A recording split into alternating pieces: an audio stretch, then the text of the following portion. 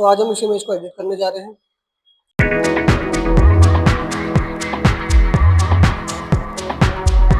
सबसे पहले मैं इसका एक सिलेक्शन ले लेता हूँ और इसको कट कर लेता हूँ, जो मैंने पहले से यहाँ पे लेके रखा हुआ है, ये रहा। ठीक है, तो मैं इसको उठाता हूँ और दूसरे अपने इमेज के ऊपर ले जाके ऐड कर देता हूँ। कंट्रोल टी प्रेस करूंगा, ऑल्ट के साथ इसे ड्रैग करूंगा और इसे थोड़ा सा बड़ा कर लेता हूँ। इतना ठीक है। अब हमें इसका कलर कॉम्बिनेशन सेम करना है, तो उसके लिए मुझे क्या करना होगा, मैं सबसे पहले तो इन दोनों लेयर को मर्ज कर देता हूँ। कंट्रोल ई से मर्ज हो जाएगी। एडजस्टमेंट पे जाता हूँ और यहाँ से चैनल मिक्सर पे क्लिक कर लेता हूँ। अब इसका क्या बैकग्राउंड ब्लू है, साइड भी ब्लू है, तो मैं चाह रहा हूँ इसके ऊपर ना ब्लू इफेक्ट पड़ जाए, तो इसका ब्लू थोड़ा सा इनहेंस कर लेते हैं। मैं इसको 120 कर लेता हूँ। ठीक है, उसके बाद दोबारा एडजस्टमेंट पे जाता हूँ और यहाँ से ह्यू और सेचुरेशन पे क्लिक कर देता हूँ। उसके बाद इसमें हैंड का आइकन आ रहा है, मैं इस पर क्लिक करता हूँ, इसके फेस पे क्लिक कर देता हूँ। इसके फेस को थोड़ा सा लाइट कर देते हैं, ये थोड़ा येलो में ले जा रहा हूँ, ऑरेंज कर देता हूँ। ये इतना काफी है, फेस थोड़ा सा ऑरेंज हो चुका है।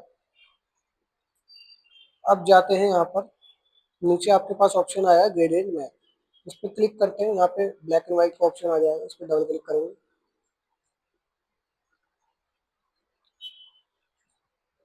अब मैं इसको यहाँ से ब्लू कलर दे देता हूँ, डार्क ब्लू कर देता हूँ थोड़ा सा, और इसको कर देता हूँ मैं ऑरेंज फेस के लिए। ठीक, ये हो गया। अब ये जो नॉर्मल लिखा है, इस नॉर्मल की जगह मैं यहाँ पे कर देता हूँ ओवरले कर देता हूँ।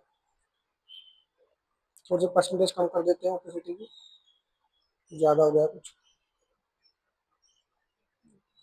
तो आप देखेंगे जो कलर जो है मैच हो गया है। अब एक न्यू लेयर लेता हूँ और यहाँ पर जाता हूँ सिलेक्शन पे, सिलेक्शन लेता हूँ और इसमें फेदर ऐड कर देता हूँ। फेदर कर देते हैं 400।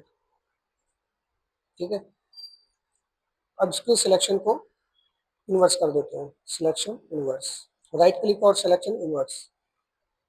अब शिफ्ट बैक स्पेस प्रेस करूंगा और यहाँ पे ले लूंगा ब्लैक, कंट्रोल डी, और ये मेरी फोटो हो चुकी है एडिट। आज की वीडियो में इतना ही। आई होप आपको वीडियो पसंद आई होगी। Thank you.